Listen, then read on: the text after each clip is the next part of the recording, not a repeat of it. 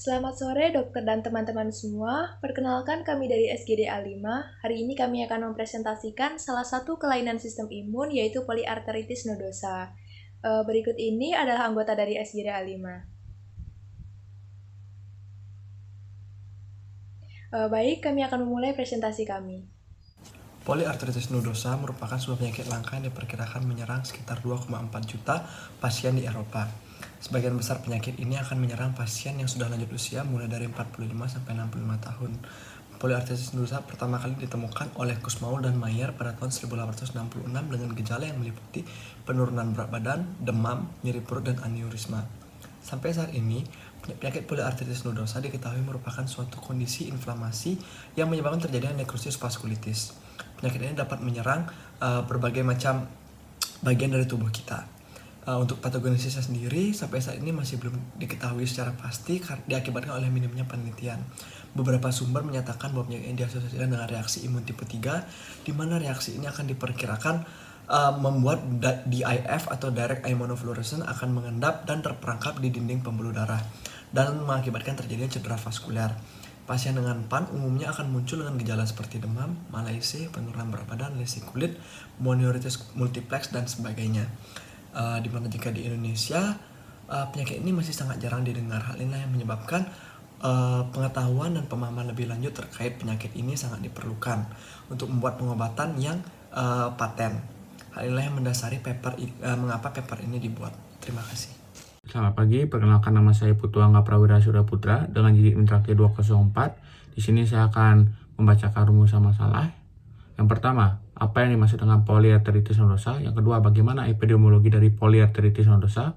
Yang ketiga, bagaimana etiologi dari poliarteritis nodosa? Yang keempat, bagaimana patogenesis dan patofisiologi dari poliarteritis nodosa? Yang kelima, bagaimana gambaran histologi dari poliarteritis nodosa? Yang keenam, bagaimana gejala klinis dari poliarteritis nodosa?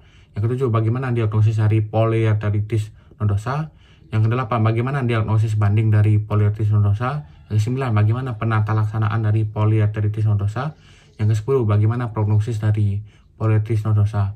Adapun tujuan dari masalah yang di atas ada yang pertama, untuk mengetahui definisi dari poliarteritis nodosa. Yang kedua, untuk mengetahui epidemiologi dari poliarteritis nodosa. Yang ketiga, untuk mengetahui etiologi dari poliarteritis nodosa. Yang keempat, untuk mengetahui patofisiologi dan patogenesis dari poliarteritis nodosa. Yang kelima, untuk mengetahui gambaran histologi dari poliarteritis nodosa.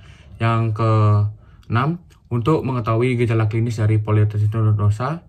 Yang ketujuh, untuk mengetahui diagnosis dari poliarteritis nodosa. Yang kedelapan, untuk mengetahui diagnosis banding dari poliarteritis nodosa. Yang kesembilan, untuk mengetahui penata laksanaan dari poliarteritis nodosa. Yang kesepuluh, untuk mengetahui prognosis dari poliarteritis nodosa. Adapun manfaat penulisannya, manfaat teoritisnya, tujuan proyek ini dapat digunakan meningkatkan kesadaran mengenai penyakit poliarteritis nodosa, salah satu penyebab demam, malaise, penurunan berat badan, serta memberikan informasi mengenai penata laksanaannya. Yang kedua, manfaat praktis. Manfaat praktis itu ada dua, bagi pembaca dan bagi mahasiswa. Bagi pembaca itu dapat menjadi sumber informasi tambahan untuk menambah wawasan mengenai poliarteritis nodosa dan penata laksanaannya. Untuk bagi mahasiswa dapat digunakan sebagai sumber pelajaran dalam meningkatkan pemahaman mengenai poliarteritis nodosa dan penata laksanaannya. Sekian dari saya, terima kasih. Saya Azhar Rovana dengan NIM 3 digit terakhir 241. Poliarteritis nodosa atau PAN merupakan penyakit vaskular sistemik yang mempengaruhi pembuluh darah kecil dan sedang. Pertama kali dijelaskan oleh Kussmaul dan Mayer pada tahun 1866 dengan gejala mengalami penurunan berat badan, demam, nyeri perut, aneurisma arteri nodular yang terlihat jelas. PAN juga memiliki kaitan dengan virus hepatitis B yang diyakini muncul karena kompleks imun sekunder dan sebagian besar memiliki keterlibatan dengan gastrointestinal. Perkenalkan, nama saya Mela Devi, 3 digit NIM terakhir 242. Selanjutnya adalah epidemiologi dari kasus PAN. Kasus PAN ini sangat jarang terjadi dan sangat jarang ditemukan. Kasus PAN juga menurun, mungkin terkait juga dengan adanya penurunan infeksi hepatitis B. Untuk deskripsi pertama dari kasus PAN ini itu pada tahun 1866 ketika Kussmaul dan Mayer itu mengidentifikasi adanya kondisi vokal, inflamasi, dan nodul arteri. Mereka menamakan dengan nama periarteritis nodosa, yang selanjutnya mereka ganti dengan polyarteritis nodosa, dikarenakan peradangan terjadi tidak hanya pada perifer atau sekitar pembuluh darah, namun yang terjadi itu pada seluruh pembuluh darah. Untuk insiden tahunan PAN ini terjadi dari 0 hingga 1,6 kasus per penduduk negara-negara Eropa dan sekitarnya, dengan prevalensi sekitar 31 kasus. PAN ini mempengaruhi usia dan jenis kelamin. Untuk usianya itu jadi sekitar 3-81 tahun, dan untuk rasio gender itu laki-laki berbanding perempuan 1:1,7.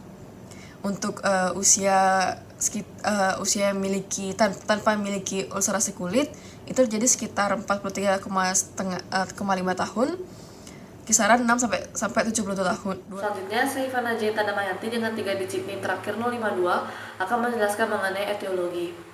Penyebab dari poliarteritis nodosa primer sampai saat ini belum diketahui, sedangkan poliarteritis nodosa sekunder biasanya dialami oleh orang-orang yang menderita hepatitis B, hepatitis C, atau hairy cell leukemia.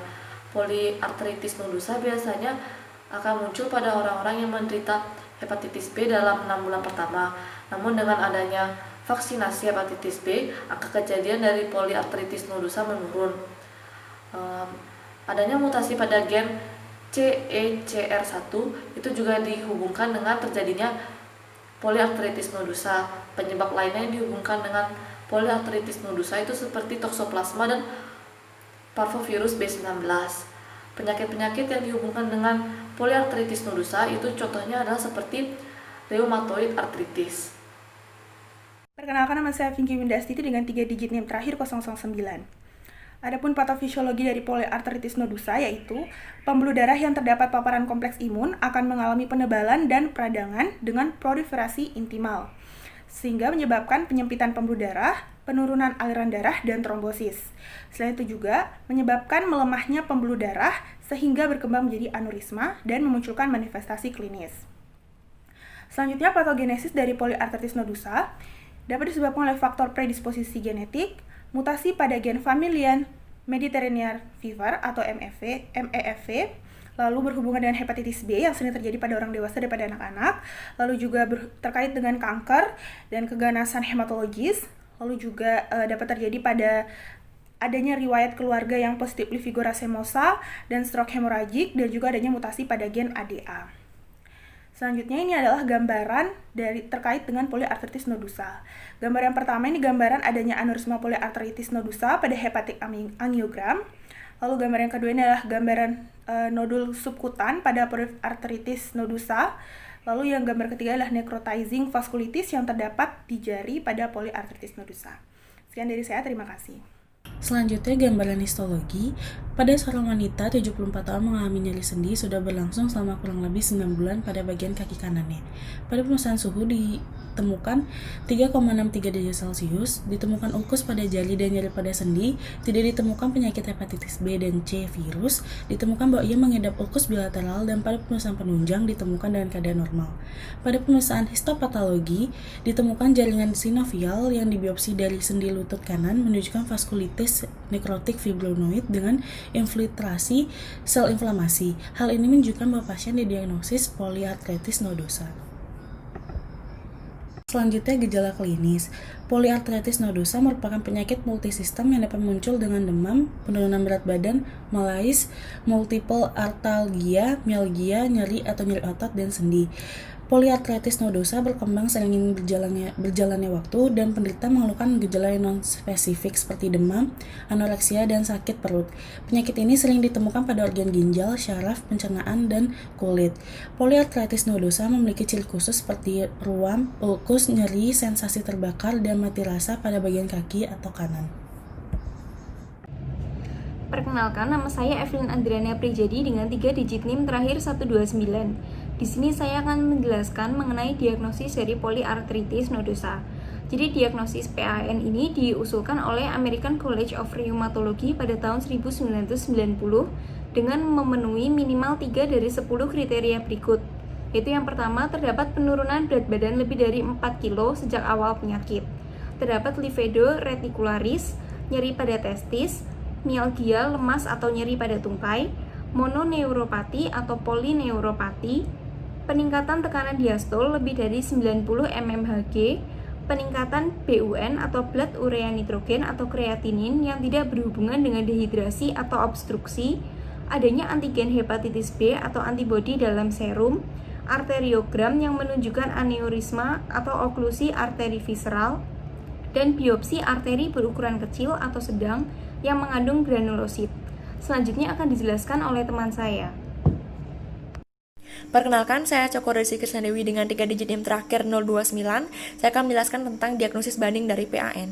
Yang pertama, vaskulitis primer lainnya seperti henoch-Schönlein purpura, granulomatosis with polyangitis, mikroskopik polyangitis, dan Kawasaki disease. Kemudian yang kedua, penyakit autoimun atau autoinflamatori seperti juvenile idiopathic arthritis, juvenile dermatomyositis, SLE, sarkoidosis, dan Behcet disease. Kemudian yang terakhir ada infeksi yang berasal dari bakteri, khususnya infeksi Streptococcus dan endokarditis subakut yang disebabkan oleh bakteri. Yang dari virus seperti hepatitis B atau C, CMV, EBV, parvovirus B19, dan HIV. Kemudian keganasan seperti limfoma, leukemia, dan penyakit keganasan lainnya yang dapat memicu PAN. Dan yang terakhir, deficiency of adenosine deaminase tipe 2 dengan gambaran klinis utama adalah lipidorakemosa, lacuna stroke, dan inflamasi sistemik. Terima kasih. Perkenalkan, nama saya Nika Mayudiastuti dengan 3 digit NIM terakhir 087. Di sini saya akan menjelaskan mengenai tata laksana untuk poliarteritis nodosa ringan yang didefinisikan sebagai penyakit dengan gejala konstitusional ringan tanpa adanya tanda-tanda kerusakan organ. Pasien dapat diobati hanya dengan glukokortikoid saja, di mana pilihan obatnya ada prednison 15-25 mg per hari. Dosis steroid ini diberikan selama sebulan dan kemudian dikurangi secara perlahan dosisnya selama 6-8 bulan. Sedangkan pada penyakit poliarteritis nodosa sedang hingga berat yang didefinisikan sebagai adanya bukti insufisiensi ginjal, penyakit iskemik seperti stenosis arteri simptomatik atau aneurisma, pasien dapat diobati dengan glukokortikoid ditambah dengan agen imunosupresif seperti siklofosfamid. Selain itu, apabila ternyata pasien juga mengalami infeksi sekunder, biasanya hepatitis B, pasien perlu diberikan antivirus dengan catatan antivirus diberikan sebelum agen imunosupresif ditambahkan. Dan terkadang prosedur pembedahan perlu dilakukan juga apabila pada pasien terjadi perforasi usus, kolesistis, dan aneurisma. Baik, saya akan melanjutkan. Perkenalkan, nama saya Erinda Resta Seliadela, NIM 3 digit terakhir 162. Saya akan menjelaskan tentang prognosis dari poliarteritis nodosa. Poliarteritis nodosa ini memiliki prognosis yang buruk jika tidak ditangani dengan baik. 10-20% pasien meninggal dalam 5 tahun pertama, dan 50% pasien meninggal dalam 3 bulan pertama. Sedangkan pada pasien yang menerima pengobatan kortikosteroid, 50-60% pasien memiliki kelangsungan hidup hingga 5 tahun. Prognosis dari poliarteritis nodosa ini akan menjadi lebih buruk jika pasien mengalami proteinuria, insufisiensi ginjal, kardiomiopati, keterlibatan GI, dan keterlibatan CNS. Baik, izin melanjutkan. Nama saya Ananda dengan digit terakhir 186. Jadi untuk kesimpulan yang pertama, poliarteritis nodosa atau PAN adalah penyakit vaskular sistemik yang mempengaruhi pembuluh darah kecil dan menengah dengan ciri atau kriteria seperti penurunan berat badan, living reticularis, tekan testis, mialgia, neuropati, tekanan darah sistolik, peningkatan nitrogen urea darah atau kreatinin, adanya HBV, kelainan arteriografi, biopsi arteri kecil atau sedang yang mengandung sel polimer nuklear. PAN merupakan penyakit yang terbilang langka, di mana insiden tahunan PAN saat ini hanya berkisar dari 0 hingga 1,6 kasus per penduduk negara-negara Eropa. Penyakit ini dipengaruhi oleh jenis kelamin dan juga usia dengan rasio laki-laki dan perempuan berkisar 1 berbanding 1,7. Sementara untuk usia berada pada kisaran 6-72 tahun dengan rata-rata umur 43,5 tahun.